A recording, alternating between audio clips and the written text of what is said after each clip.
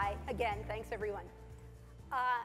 The presidential election revealed, it hardly bears remarking again, that there's this enormous divide between the urban elites, people who have really benefited from the economy, and an entire aggrieved world of people in struggling suburbs, struggling exurban places, struggling rural communities. One question that's come out of that is, to what extent do we really need to redistribute human capital? Should people on the coast be moving in a Peace Corps model into the middle of the country? Should people from poor, depressed areas where there's little opportunity move to places where there's more opportunity, as immigrants have for generations? Joan, you think that's total lunacy, so I want you to talk about that. And Tom, I would imagine as a business person, you might have a different view. So why don't we start with Joan, who's written an entire book about exactly how lunatic that idea is. Yeah, no, would it were that easy. Non-elite people, and this is true both of the bottom 30% and the middle 50%, all of those people, they have very different social networks than most of us in this room do. We have national networks. We went to college, we have national and international networks, and they're called entrepreneurial networks, extensive networks of weak ties. All non-elites, they don't have those networks. They have what are called clique networks. They're small, they're dense, they're very local. And they have them for two very good reasons. First is economics. That's the way they protect themselves from their disadvantaged market position. That's the way they get good child care, good elder care, jobs. And the second is that's the way they protect themselves from the hidden injuries of class, the lack of social honor that blue-collar people often encounter. I tell this story, and then I'll wrap up, in my book, of going back to my husband's high school reunion in a Rust Belt city, and he asked one of his former classmates, what do you do? The guy got really angry, got very up in his face and said, I sell toilets. You know, if you sell toilets, you want to remain with people who know you, and that's not all you are, is the guy who sells toilets.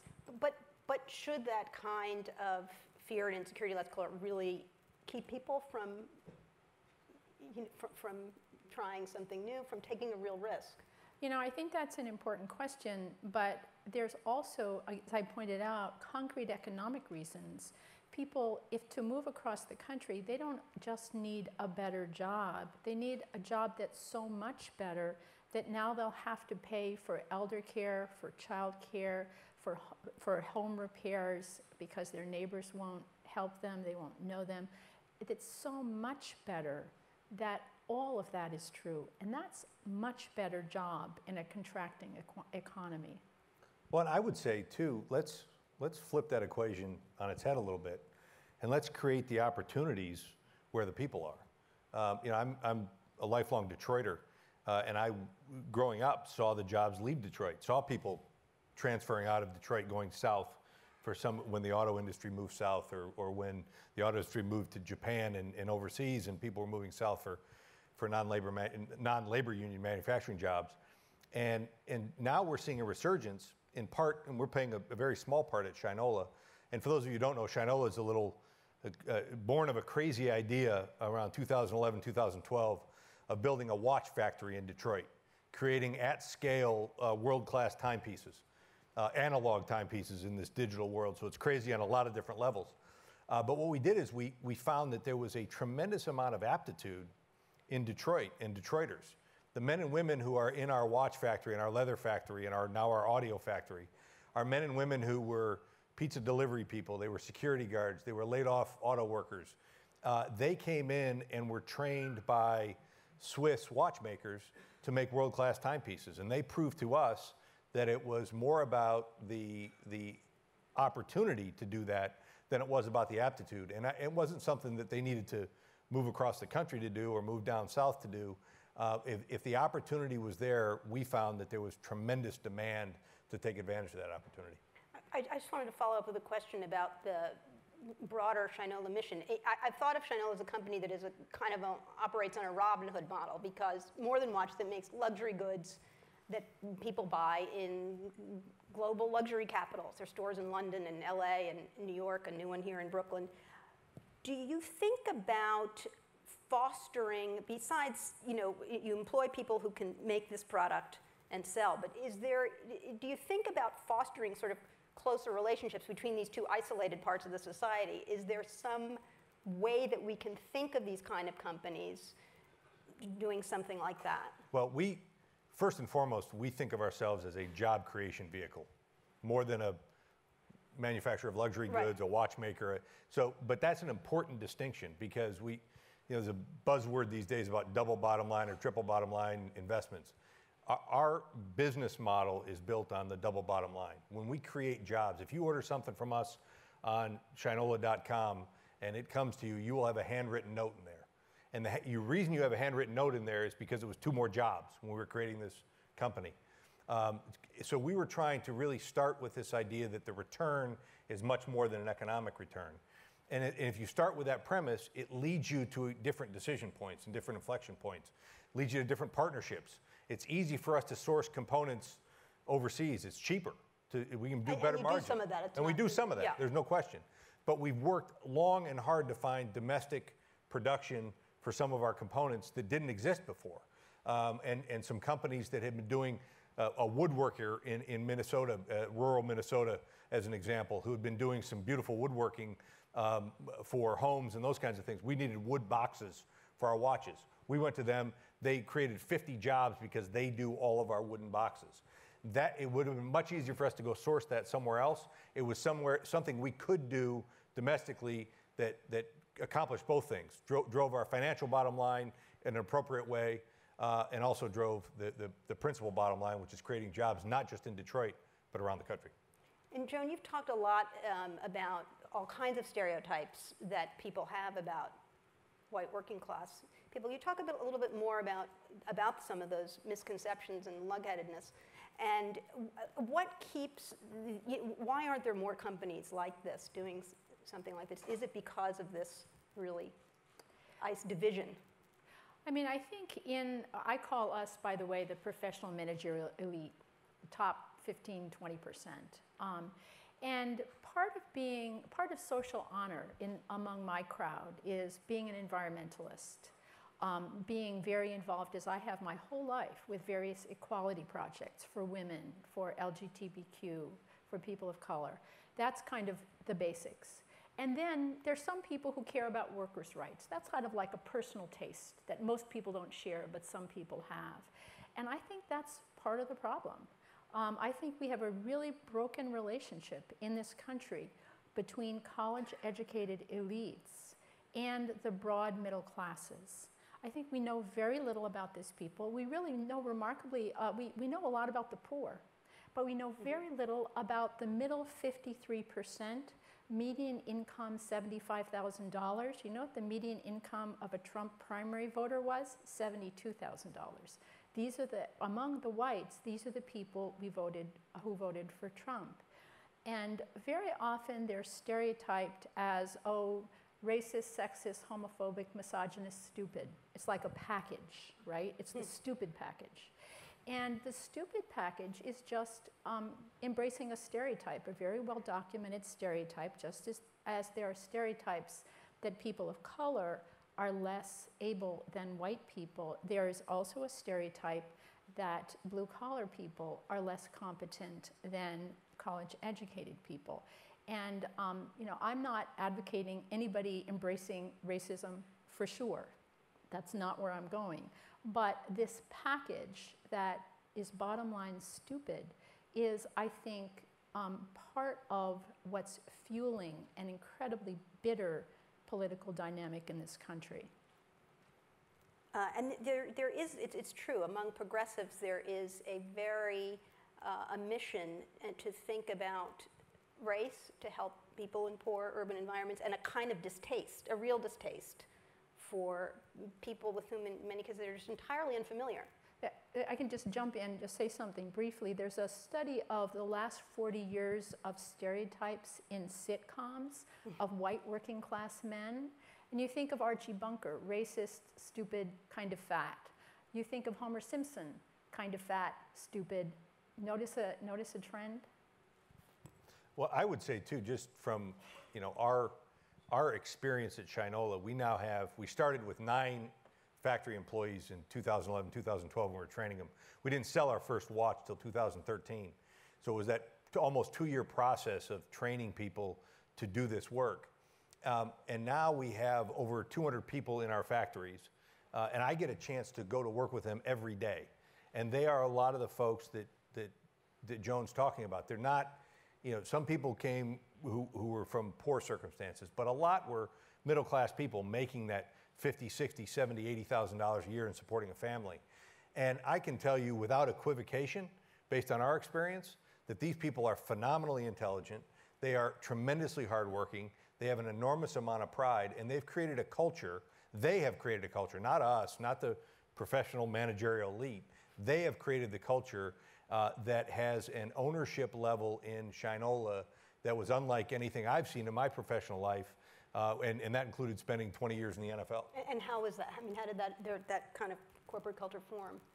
Very organically. I mean, it was men and women who embraced the challenge that was in front of them. They liked the idea that they were given an opportunity to go compete on a world stage, that they could go build a timepiece that would compete with 3rd and 4th and 5th generation Swiss watchmakers, and 6 months ago they were delivering pizzas. And that's a tremendously prideful thing for the folks that are in our organization. And they lift each other up. They help each other out. They do the things that Joan was talking about earlier in terms of those other lifestyle issues that come when you are creating jobs. It's taking care of each other's families, being able to provide transportation for each other, some of the challenges, the healthcare challenges that exist. And some of those things that have become a part of our culture are because it is a community. And that's, I think, where our opportunity is in taking things that exist, taking relationships that exist, giving people opportunities, and they're teaching us that they'll create the communities around it, which creates a great culture. If I can pick up one thing that Tom said, he talked about pride. And I think there's a discussion now of like, do we need more empathy for the white working class? And some people resist, many liberals resist having that argument because they say, oh, they won, I don't want to be empathetic. Yeah, and some of them say, well, I'll be empathetic with them when they're empathetic with me, the professional managerial elite. And I'm going like, what don't you understand about social hierarchy? But I think the point is they don't want empathy. They want respect. Just what we have, respect. And you know what? I think that's what poor folks want too. We've been offering them empathy. What they want is respect and the dignity of a job that can sustain a stable family life. That's kind of what we want. There's no question about it. They want to be yelled at. When they want to be accountable for their actions. And if they don't, we see it on a daily basis. People who have to be accountable for showing up on time, doing their job, producing a quality product, and if they don't, they're held to task for it, and they appreciate that. That is giving a clear task, being able to deliver on that, having the responsibility to do so, and being held accountable just like any one of us would want to. I want to move to the subject of workforce training, because occasionally you'll have a demand, you'll be in a place where there are not skilled workers to meet that demand, and how do we retrain people? And you have some experience with that. We do. We had an opportunity in 2014, after the first year of selling watches, where we had sold more than we thought we would. And we went to a small supplier of ours in Florida who was making all of our leather watch straps. And we said, we need you to triple your output for 2014. He said, I can't do it. We don't have enough people. So we did the next crazy, logical, not logical thing, and we opened a leather factory in Detroit. And we trained people who had been, some have been just cutting and sewing in their homes, folks who had been in the auto industry cutting and sewing seats and upholstery, and brought them in and taught them how to make watch straps, and now they make women's handbags and wallets and other things. But what we found was that we could partner with other people. There are a lot of people doing great work in workforce development. And if we could bring those folks together, whether they're philanthropic or civic organizations that are doing wraparound services, whether they're technical education folks, whether they're fellow employers who are looking for similar skills, there was an opportunity to collaborate, and we're seeing some great results in Detroit thanks to the leadership of our largely our mayor, who is bringing together both the supply side, the employers, and the demand side. Those are, I'm sorry, the supply side, the workers, and the demand side of the employers, and figuring out ways to really train the workforce to match the demand that's there. I want to talk about a really crucial component in this conversation that I think is really overlooked, especially among elites who often think the path to mobility, to upward mobility, is we take the best and the brightest working class kids, poor kids, get them to Harvard. Well, even if we filled every space in the Ivy League with kids from the bottom 20th percentile, right? That's a couple of 200,000 kids. Half of all American undergraduates go to community college. That's about $7 million. So the experience of a huge chunk of the country is community college. Community colleges are underfunded, especially in rural places. You can get some excitement in more lately now in cities. But how do we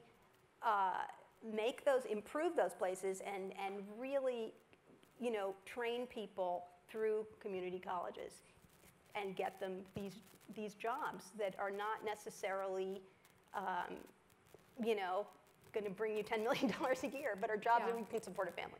Well, I mean, I think, Ginia, your series of articles in the New York Times basically showed how incredibly central community colleges are to upward mobility in this country, and it's often overlooked. I'll just give one example. It's Long Beach City College out in California, where I'm from. The Port of Long Beach is the second largest port in the country.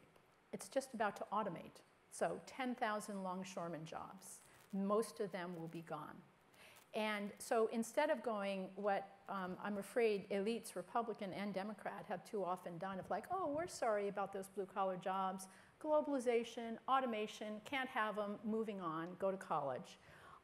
Instead of that, there's a partnership between Long Beach City College and the Port Authority to retrain those longshoremen so that they can maintain the machines that are replacing them.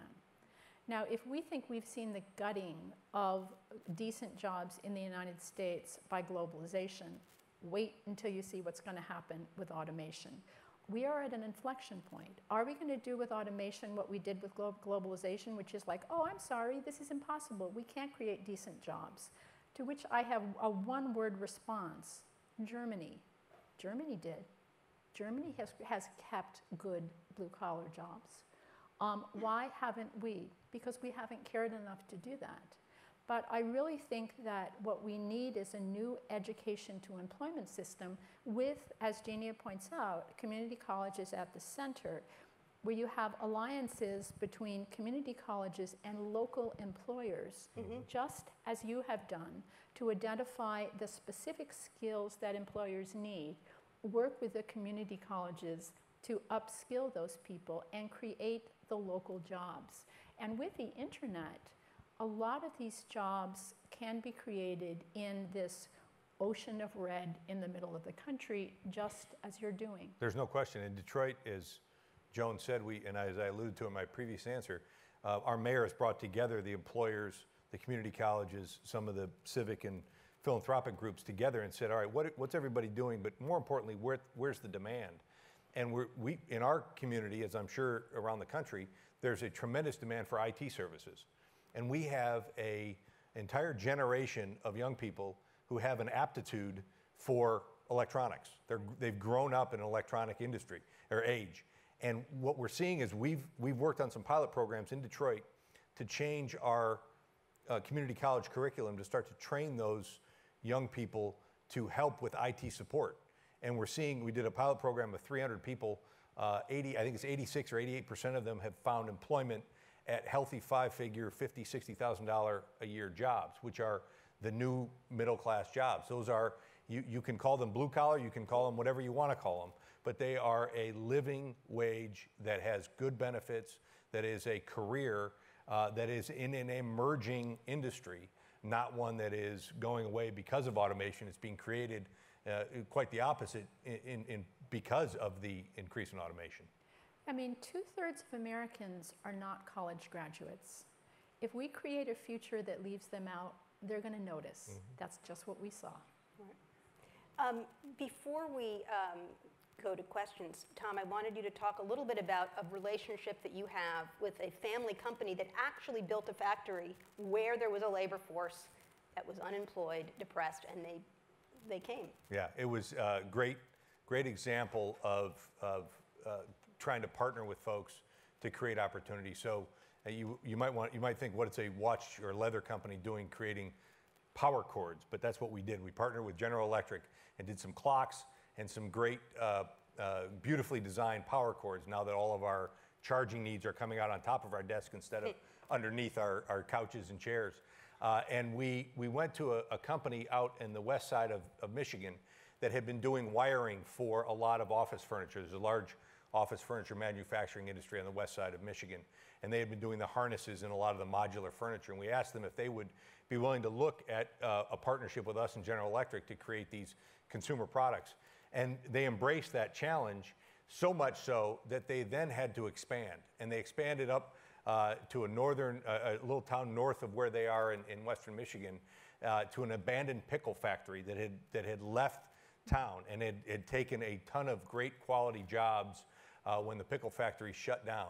And they started a new consumer electronics manufacturing facility that's producing our power cords and created a few hundred jobs that has given life back to that community in rural Michigan. And it would break your heart to see all the letters that we got and that Burn Electric, our partner, got from the school kids whose parents don't have to leave town.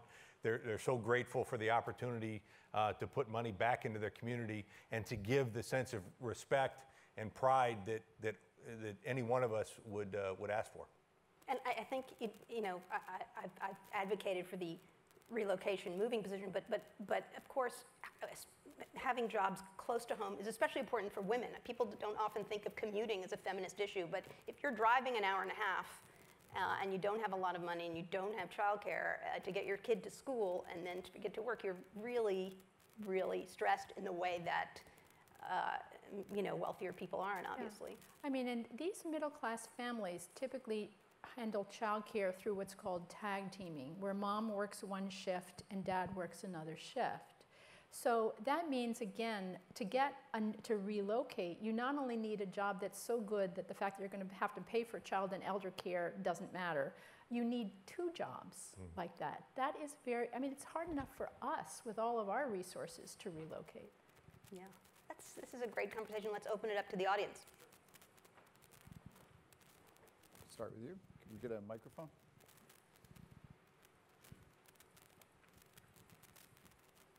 Thank you, and please introduce yourself. Hi, Carol Lamberg. I just wonder how the unions enter into part of this equation. Great question. Carol, for us, it has not been an issue. We've seen in Detroit more globally much more willingness on the part of labor and management to work together out of necessity, as we saw through the labor downturn in 2008, 2009 in particular, where there's much more of a partnership opportunity. This workforce development board that I'm a part of has active participation by labor. They're looking to increase their ranks as well. And so at Shinola, we do not have a unionized workforce, but we start from the premise that we need to provide the kinds of things that labor unions looked for decades ago. So in our case, our benefits package is an example. Every single person in the company, from an hourly worker to myself, gets the exact same benefit package. And that to us is an absolute starting point to make sure that if you're providing the things that are sustainable and fair for everybody, that prevents the idea of having to go to some sort of arm wrestling with a labor representation. Yeah, only 5% of the private workforce is now unionized, as you know, and that's part of what's happened to jobs in this country, of course. In this new education to employment system that I described, some of the people who've done really effective programs of the sort I've described involve unions. Mm-hmm. So it should definitely involve unions, but unfortunately, given the numbers now, we need to involve other stakeholders very centrally as well. Great. Questions from the audience. Joan, can you think of any current leader in the Democratic Party who understands the class codes as you describe them?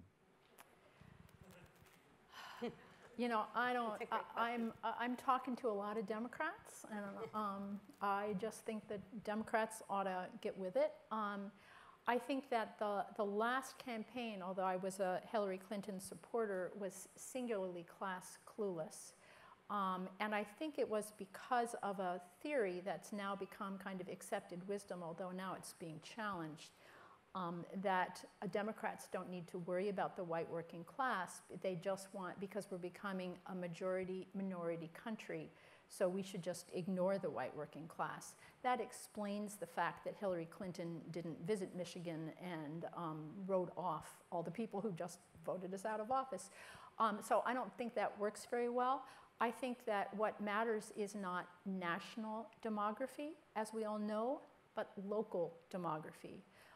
The Electoral College gives working class whites outsized power, so does the Senate. Democrats have lost nearly 1,000 legislative seats since 2009, which means that Republicans control redistricting, which means they control the House of Representatives.